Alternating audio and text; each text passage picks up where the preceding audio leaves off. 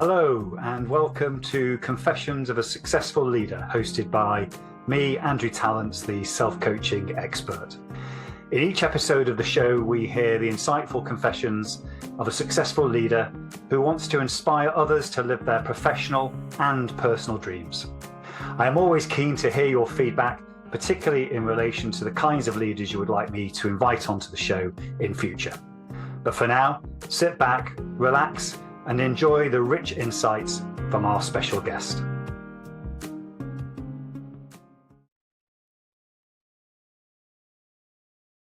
Hello and welcome to another episode of Confessions of a Successful Leader, hosted by me, Andrew Tallents, the self-coaching expert. I'm delighted that Lauren Tickner has joined me in the studio today. Welcome, Lauren. Well, thanks for having me. You're doing great things for your people, so it's a pleasure to be here today. Yeah, and we'll find out where you are later. I'm very jealous. The audience will find out later. But to start with, Lauren, we always get to know our guest a little bit. So just tell us a little bit about yourself, both professionally and personally. Yeah, so personally, I am an avid gym goer. I love hiking and all things nature.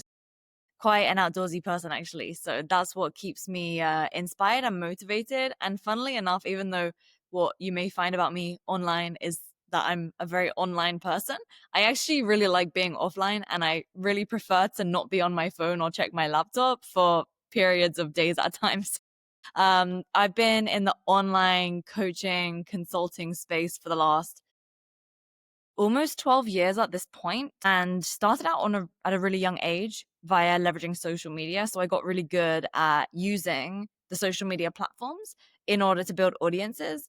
And then from there, I then had to figure out the business piece, which was a bit challenging for me at first because I never really understood, okay, once I have the attention, what do I do that and funnel that into? So that's been what I've been focusing on over the last 8 years or so. And so now my focus really is on helping entrepreneurs, specifically online entrepreneurs, build and scale coaching businesses, which give them freedom and time back in a way that they can actually not be glued to their phone 24/7.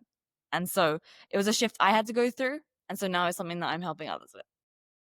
Super, great. And we're going to list back to your childhood. So there are many guests that have been on the show who are very open about what their childhood was about. And sometimes we have role models, sometimes it's more challenging. So take us back to your childhood environment and what was going on for you back then. I think the thing that for me led me to where I am today, and I'm in Bali right now, you just briefly mentioned it, and I was actually in an energy healing session a couple of weeks ago, and she said something to me that I hadn't really thought about previously, because my younger brother is disabled, and so he's 2 years younger than me. And so when I was little, my parents would spend a lot of time with him, right? And so naturally as a child, I used to just be like my brother's so annoying, because I'm a child, right? I'm just thinking my little brother's annoying, but subconsciously it definitely imprinted into my mind that I need to do actions that get my parents' attention. And this energy healer said to me, even before she and I started speaking, she's like, you have a tight throat chakra, and you've got some suppressed emotions there that you need to release because you haven't spoken up and said the things that you wanted to say. And you're someone who has definitely overachieved in order to get attention from your parents. And anyways, we went through this session for 2.5 hours, and by the end of it, yeah, I definitely realized that was for sure true, because I was never good at anything when I was younger. I was absolutely slap bang in the middle average. And it kind of drove me crazy because in my school and stuff when I was a kid, they used to commend you for being smart, because I went to a grammar school turned private school, right? So the whole thing was about being academically intelligent. And I was just so average in sport, in everything. Music is so average. And I think when I finally was about 17 years old, when I actually got my first car, and I started to have my job when I was 16, washing dishes and stuff, I realized I actually have freedom. I can go wherever I want. I have my own money. And I think at that point, I kind of just pivoted to not really caring about what anyone thought about me and just doing whatever it takes to get to be the very best I could. So for example, some stupid reason I chose to do French as an A level. I mean, why did I do that when I could have done something simple like biology? But anyway, I did French and I couldn't speak any French. In fact, I hated French, and that's why I chose it. And so I was so bad at it. I was getting D's and C's, right? And this was just not cool in my school. And I used to have like in the sixth form center, they would have like a break in the afternoon or something. Can't really remember now, but I just remember when all my friends were just chilling and chatting, for 2-3 hours when nothing else was going on. I was just learning French because I went in this weird like detour where I was so on one track for like getting into the normal life, right? Like the normal corporate role, etc. And then suddenly, I don't know what happened, but I just totally pivoted. And then there was like a period of like 5 or 6 years where anything I would touch would turn to gold. And then obviously I had to have the humbling experiences that we all have to go through. So I'll leave it there for now. But yeah, this energy healer listen, I'm not like this woo-woo person, but she was psychic. She was definitely psychic. It was very crazy. Well, it's interesting you raise that, and there's going to be more research that we release soon about, feeling energies of people. And we do this naturally if we're really good at building rapport in terms of relationships. It's because we're unconsciously feeling that energy and working with that. So the fact that she's been able to do that, and it's very normal for people to come on the show who are founders or chief executives of organizations where they've had that in their childhood. Either they've been the overlooked child, they've been the one that lost their parent when they're younger. Whatever it is, it just means we have this inner steel and resilience, which we'll go into your story, serves us very well in our early days of being driven, but sometimes can get in the way when we're trying to build remote teams, which I know you have done. So we'll go into that later. Take us back then. I'm always interested in this question, and I don't know the answer because we've not spoken about this, but when can you remember having your earliest dream about what it was you wanted to do with your life? So I always wanted to be a female CEO. I just like had this vision of wearing this suit and just being all cool in the office, right? Which is kind of interesting because I never particularly cared about like being a woman, being successful in like a male kind of dominated space. That's never really been something that's crossed my mind. I just thought I can do it, and I'm smart enough to do it, so I can, and I can put my mind to it. You know what? It's really interesting. I remember probably I used to play these games when I was like 7 or 8 in like my parents' Facebook account, I think it was, something like that. And I just was obsessed with it. Not so that I didn't want to win. I just wanted to do it well, and I wanted to do it thoroughly. And so the first time I can remember must have been around then. I would like find stuff around my parents' house as well, and I would ask them, are you still using it? And if not, I would sell it on eBay. Like my mum would give me her login. And I didn't know back then what it was. It was like copywriting, right? I learned how to do the listings and stuff on how to sell that thing and make the auction go crazy. And it was just so fun. So while I had these like ambitious goals in my teenage years to be a female CEO, it's like I always enjoyed more the actual doing of it. Like even now, candidly, just take pride from doing the stuff. I can't even put it into words. Like I don't care if I don't make money from it for like months and months and months and months and months, or even ever, as long as it's like feeling this great sense of accomplishment. And I think that's what it is. It's like doing something, and then at the end, there's some reward in the real world where you know that what you did was good. So that came actually, I think the earliest days I can remember is like on a Friday night at like 7 p.m. setting the auctions to end then, because that's when a lot of people would be online and bidding. Yeah. So that was probably yeah, that's probably like the time that I can remember. These days were so good, and I was so young. Like it's actually crazy to think, but I didn't feel young at that time. When was it for you? I'm curious now. Yeah, no, for me, probably, 16, something like that. Similar, I'd written down, I think it was the school that asked me to write down, what it is you wanted to do in the future, and had these visions about living in Switzerland with a family and stuff. So not made it there yet. But let's take you back to role models for you, because bearing in mind that your parents were certainly focused on, obviously, your younger brother, which I get, and you were talking about your school. Who were those role models around you at that time that you could actually either shape yourself around or look to, or to influence you at that point? Yeah, well, first of all, I don't even think that it's that my parents were spending all their time with my brother. I think it's just that like the level of volume of energy. If you think about, like when you suddenly sprint for like 10 seconds, your heart rate goes up on the chart. And so there's like directional energy going towards that thing heavily for a small amount of time. I feel like it was more like that.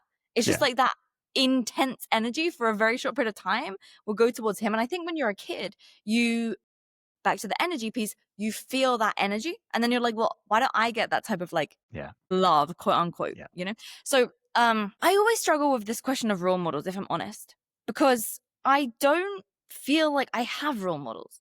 And that's really interesting. What I think that I look for is I look for people who embody values that I align with. And so this has changed for me as I have like learned more about myself and sharpened further my values. Because people who potentially in the past I had looked up to as a role model, maybe then I like learned something about them that in one area of their life, I don't align with that value. So then for them as a whole, I can't necessarily look to them as somebody that I want to model. So what I try to do is I try to find people who have great knowledge or great values in certain areas, and then I can look and compartmentalize it for that specific area. But then I try not to like look to them as a whole, because for example, I'm just going to use a really random name. The first random person that came to my mind, I do not want to be like this guy, but like Elon Musk, right? Insane entrepreneur, like to the point where it's ridiculous. And any entrepreneur should at least look at what he's doing to think, how can he even do this, right? But then if I look at how like he treats women or runs his family, it's just not particularly interesting for me, right? So I don't role model that. So to be honest, I don't really know how to answer that question, and it's actually a good one for me to think about how to craft this more. But I'm always thinking more from the lens of values, and getting to know my values and making sure that I actually live by my values consistently is the most important thing for me. Well, let's build on that. It's really thanks for that answer. In terms of you then going into your professional career, leaving school, how did that manifest for you in terms of then what you chose to do and who to be around in terms of those values?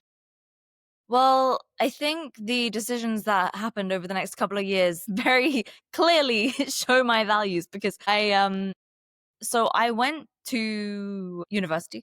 Well, first of all, I went and worked in corporate, okay? Because I wanted to do a placement year. And so I did get one. I actually had to fight against like more than 1,000 other people in these assessment days. And somehow I got this role, right? I think I talked my way into it. So I got that in asset management. And after 8 months, I quit because it was just so painful. I actually handed in my notice the day after I got my bonus, which was looking from the other way around. If my employee did that to me now, I'd be so upset. Like, what have I done in my culture to actually cause this type of behavior? So that was one thing. And then after that, I went up to university, and I was meant to be studying economics and politics, but I changed it to business administration because I went on the website of the Uni of Bath and it said UK's #1 business degree. So I was like, oh, cool. I guess I can't handle the corporate world, so I better go and learn how to build a business. And yeah, I stayed there for a year and a half, and then I dropped out because I already have my own business. And so basically, I think as one of my values, like my #1 value is freedom. And I found that those roles that I was in back then and those things that I was doing just didn't align with me and who I was. And for a really long time, I tried to be normal. Like I tried to be like everybody else around me. And then I looked around and I'm like, well, these people are constantly getting drunk. They're ripping cigs. Like they're totally out of shape. They don't like what they're doing.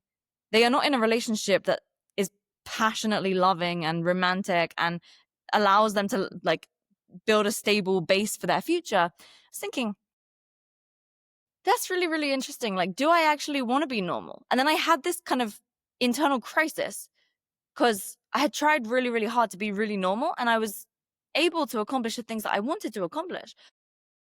It felt so empty, and I just felt like an alien in these rooms. And then I actually started getting invited, because I was posting on social media at the time about my love of fitness. I started getting invited to these events, and all of the other people there, they were running their own business. They were doing like freelance marketing. It's like, you're allowed to do that? Like you can have your own business even at this age? Like, don't you have to be like in your 40s, 50s or 60s to do that? And then I was just open up to this whole entire world of all these people who were just like me. They didn't want to conform to the normal sort of, rules, and they wanted to have freedom and to be able to do the things that they wanted to do in their day, but also like find joy in the work that they were doing just because they liked it. So a lot of these girls, they were like writing blogs, and they just liked writing, and they got paid to do it, and they could travel. And funnily enough, one of my friends, he was actually a YouTuber, and he was going on a trip to Bali, and I was so jealous. And I just remember thinking, I just wish I could go somewhere and just make content about it. And so that's what I did for like a few years. It was great. It was fun. And then I realized like I really like business. And so then pretty much how I got into what I do now. No, great. And so what you're explaining there is almost some of those role models, aren't you? Because you were in one environment where it didn't fit with you, and then you started to see all these other people around you that you could relate to, and aspire in that sense. Oh, can I start my own business? So it sounds as though maybe some of those people actually were role models to you at the time. To me, it's more like, rather than thinking about a role model, I think about, what has this person done? And then, do they have something that I don't have that allows them to do it? And if not, then why don't I just do it? And I just try. And if I fail, I learn. And if I achieve it, then fantastic. So it's more so like always looking around to find someone who maybe, yeah, like the thing that they're doing is actually pretty cool. So could I do that? And then I just try it usually if it sounds good. Be people out there that will relate to what you're talking about in terms of the environment they're either in now or they have been in, where they don't feel there's alignment of values. They don't feel it's a place they want to stay, but something stops them necessarily from making that leap. So there's a couple of questions here for you. First of all, how did you cope to stay around till your bonus in that kind of environment, and also when you were doing your education at university? And secondly, what was it then that enabled you to make that leap and just leave in that sense? To be honest, I don't think I coped very well. I really hated it to the point where I actually ended up, for the majority of my days, I was just working on like a side business that I was trying to start, which I actually did end up starting while I was in the corporate job, and then also while I was in university. It was kind of like staying quite small then, but it was getting pretty successful. So my outlet was through doing the thing that I actually wanted to do. But the main reason why is because, to be honest, I just think life is too short. Like, time is going to pass either way, whether you make the decision that you want to make or not. And so the sooner you make the decision, the longer you get the benefit of having made the decision. So I think that I learned this actually through waking up early for my corporate job, because I had to be in the office at 6:30 in the morning in London, and I was living in Surrey, right? So I had to take the train and all that, and I had to wake up early, and I used to really struggle to wake up early in the morning. I was not a morning person, but I just set an alarm and I committed. The moment the alarm goes off, I get out of bed immediately and I wash my face. Like, I just put this rule in there so that I could force myself into some type of movement. And it was so hard for the first few weeks. But then after that, it became really easy. And now, even now, 11 years later, I'm such a morning person. Like, I could wake up and then within 10 seconds be on my laptop and be working in a productive manner.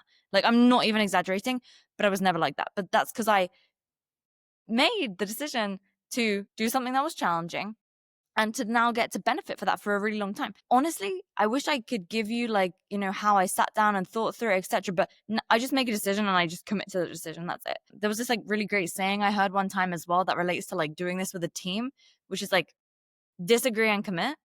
And it's sometimes there are just things that you need to do, even if you just don't agree with it internally in the moment, or even with the team initially. It's the thing that you must do.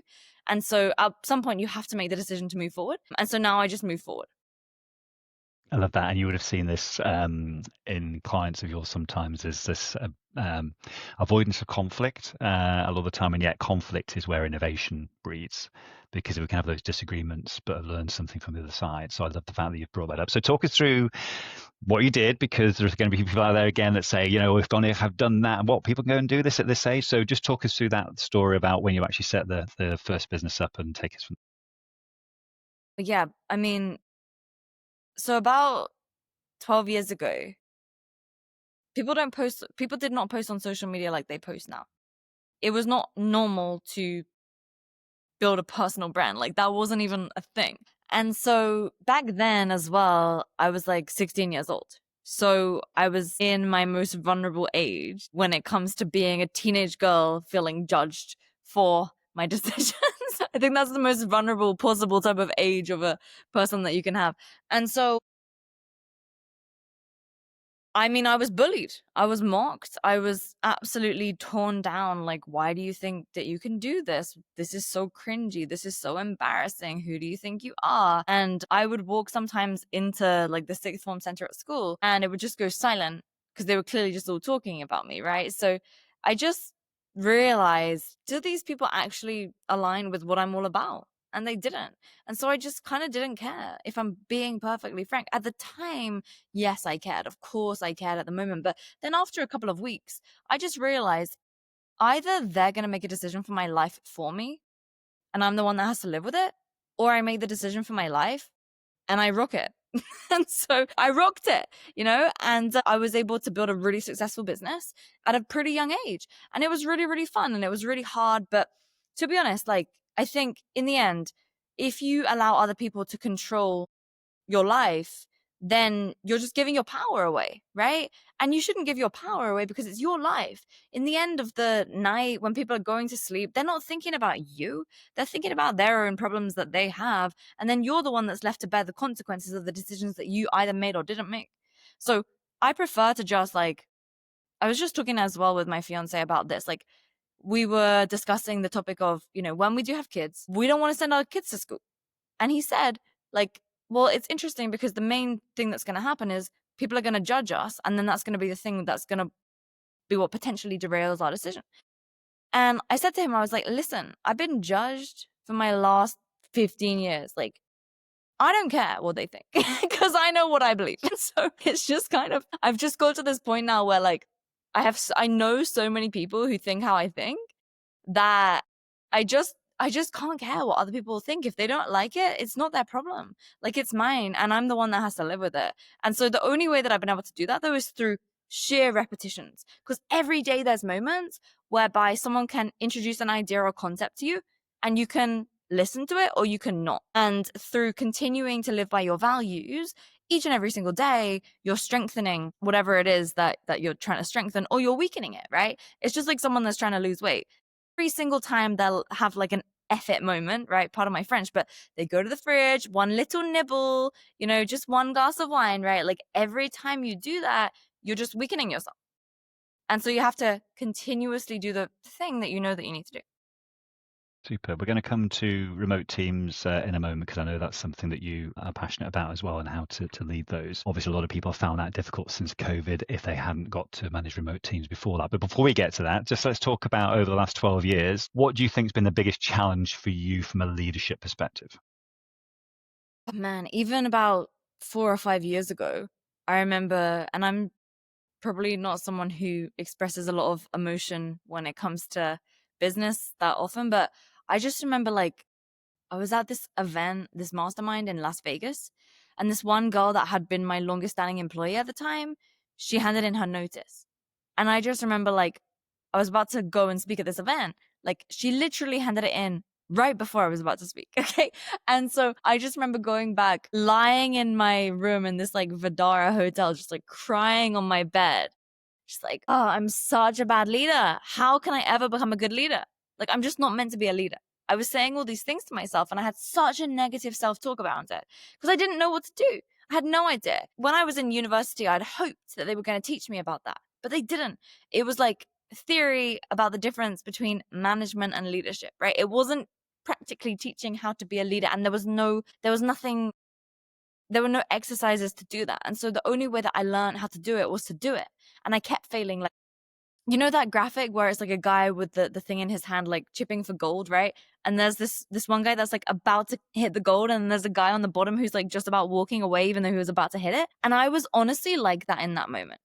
Because then after that, for a period of 1 or 2 years, I was like, nah, screw this. I'm just going to work with a really small team, just me and them. I can control them, tell them exactly what they need to do every single day. And it was just management by me delegating tasks.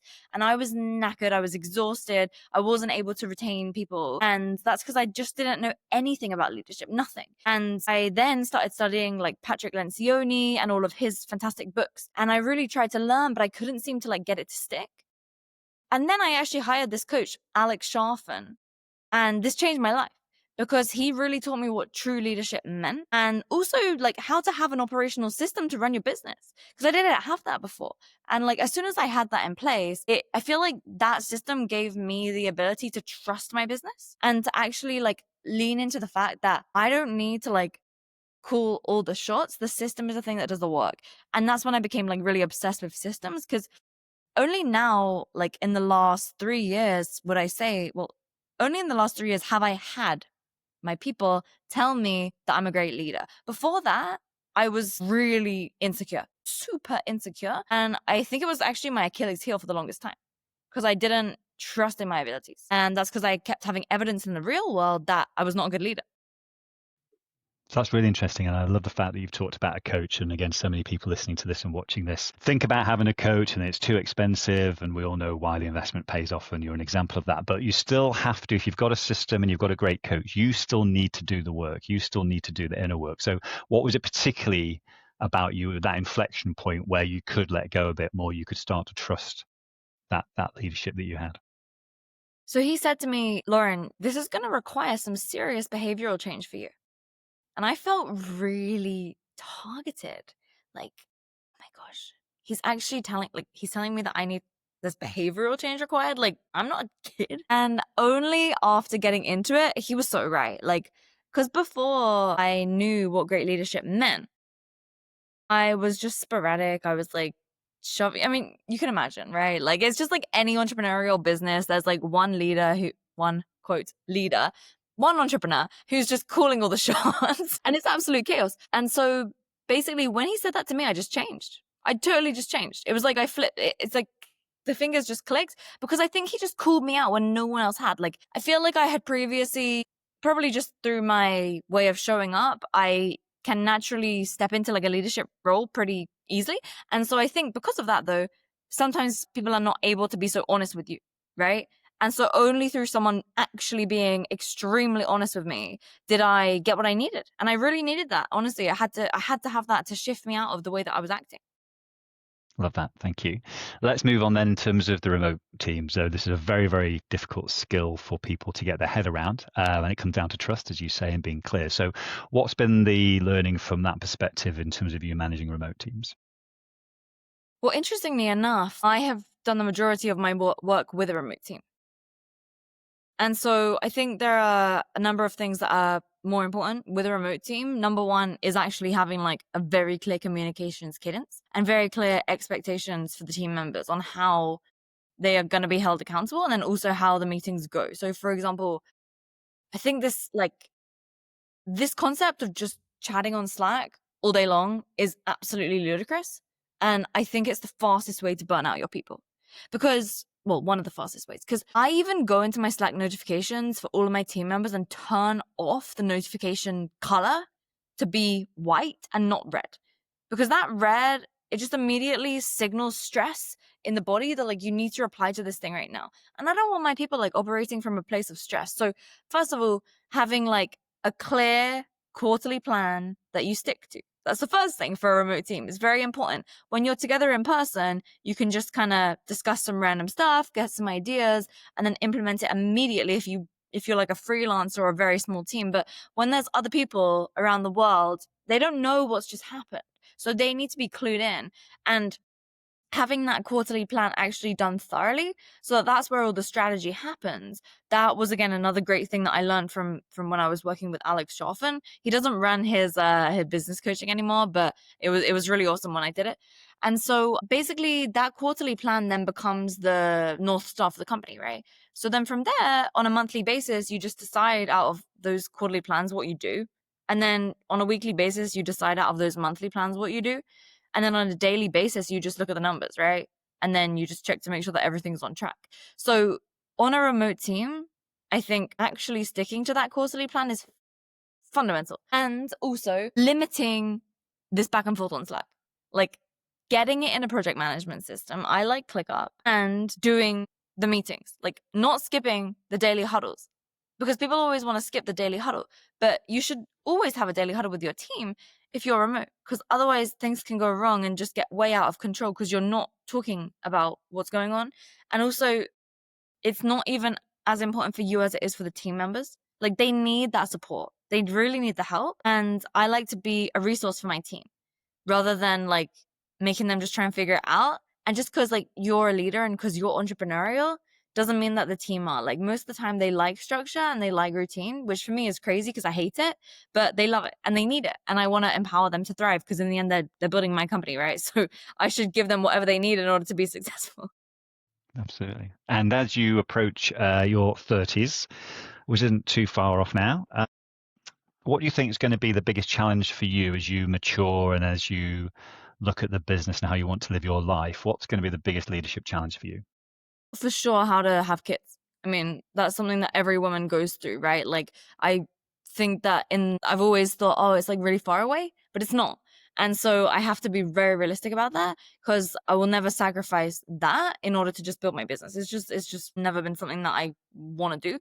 And so I'm just trying to like basically figure out that now, so that by then it's not going to be a problem. And to be honest, I don't actually think it would be, but there's just a couple of things that I would need to just make sure I have in place to be able to have a family and to be able to feel confident. Because I don't want to be one of those people who's like, holding my kid while I'm on a meeting. It's just not what I want to do at all. I don't think it's the best thing for either the business or the child. And so during those times, I would want to take like an extended sabbatical so that I don't need to be doing something. Love that. And let's think long term. So obviously you've got a lot to give, whether it's with having a family or not. So what is it that you want to leave behind as a legacy, Lauren, in terms of the work you've been doing, what's yet to do? How do you want to make a difference?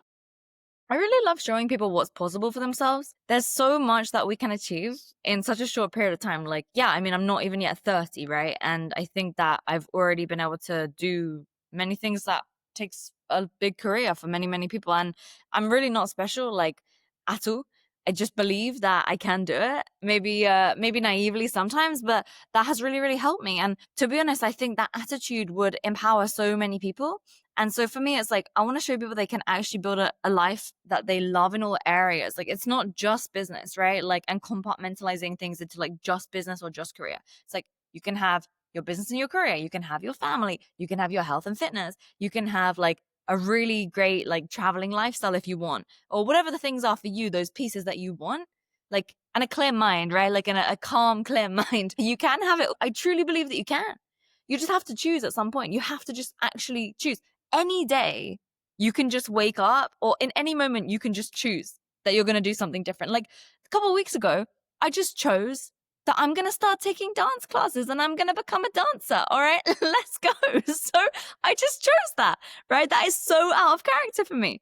But you know what? You can. So if you want to do it, just do it. Love it. And what kind of dancing is it going to be? So I did a really fun one last week with my friend. It was Beyonce dance. Okay, that was cool. Some Beyonce tunes. I also want to do some like salsa ones. And I did this like hip hop dance. These were a bit different. Some contemporary dance, this gymnastics dance as well. I'm just trying all sorts of ones, see which one I like. The gymnastics was my favorite though so far. That was really fun. Yeah, I love it. So Lauren, if anyone wants to get in contact with you because they're interested in what you do, or they love your energy, or they relate to your story, what's the best way for them to get hold of you? Yeah, like all things leadership, I talk about that on LinkedIn. So it's just my name, Lauren Tickner. That is LaurenTickner. And yeah, my messages, you can always shoot me a message if you have any questions or anything. Been sharing a lot of articles on LinkedIn lately, which has been pretty fun. And yeah, this was great. Andrew, thanks so much for having me. Like, the work you do with your clients is amazing as well. Everybody should get a coach. And if you guys have been like, thinking about getting coaching or working with Andrew, you guys for sure should reach out to him, because I've seen like the amazing work that you do with your clients. And yeah, I mean, if you don't have a coach, you're just leaving so much behind. And I'm not just saying that because I'm here. Like, I really do mean that. So appreciate you, Andrew, as well for having me on the show. Yeah, well, I'm very jealous of you being in Bali. Enjoy the rest of the time there. And Lauren, thanks for being on the show today. Cheers. And thanks everybody for listening. Appreciate you all. I hope you enjoyed this episode of Confessions of a Successful Leader. You can access all previous episodes of the show at confessionsofasuccessfulleader.com. If you are interested in finding out more about conscious leadership and self-coaching, just type in Andrew Tallents into LinkedIn or your favorite browser, and you'll find my contact details and all the content that you need. Until next time, don't forget to stay present, curious, and above all, conscious.